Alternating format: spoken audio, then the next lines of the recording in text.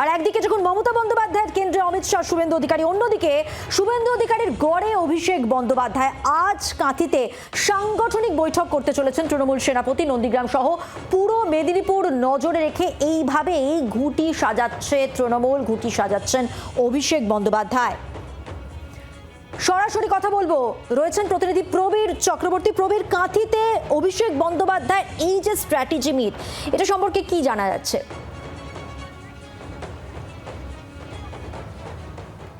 দেখো, একদিকে যখন মমতা বন্দ্যোপাধ্যায় গড়ে কার্যত মমতা বন্দ্যোপাধ্যায়ের কেন্দ্রে নমিনেশন জমা দেবেন, আজকে তার প্রতিপক্ষ শুভেন্দু অধিকারী, অমিত শাহ থাকবেন সঙ্গে। ঠিক সেই সময় শুভেন্দু অধিকারী গড়ে পূর্ব মেদিনীপুরের কাঁথিতে আজকে সাংগঠনিক বৈঠক করবেন তৃণমূলের সর্বভারতীয় সাধারণ সম্পাদক অভিষেক বন্দ্যোপাধ্যায়।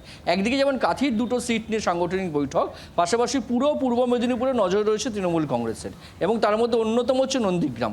সুতরাং এই সাংগঠনিক বৈঠক অভিষেক বন্দ্যোপাধ্যায় অনেক দিন ধরে করছেন বিভিন্নভাবে পূর্ব মেদিনীপুরে ভালো ফলাফলের জন্য, এবং আজকে কাঁথিতে গিয়ে তিনি সাংগঠনিক বৈঠক করবেন। অবশ্যই দুটো কাঁথি কেন্দ্রের জন্য, এবং পুরোটাই নজর থাকবে পূর্ব মেদিনীপুরের দিকে। ধন্যবাদ প্রবীর।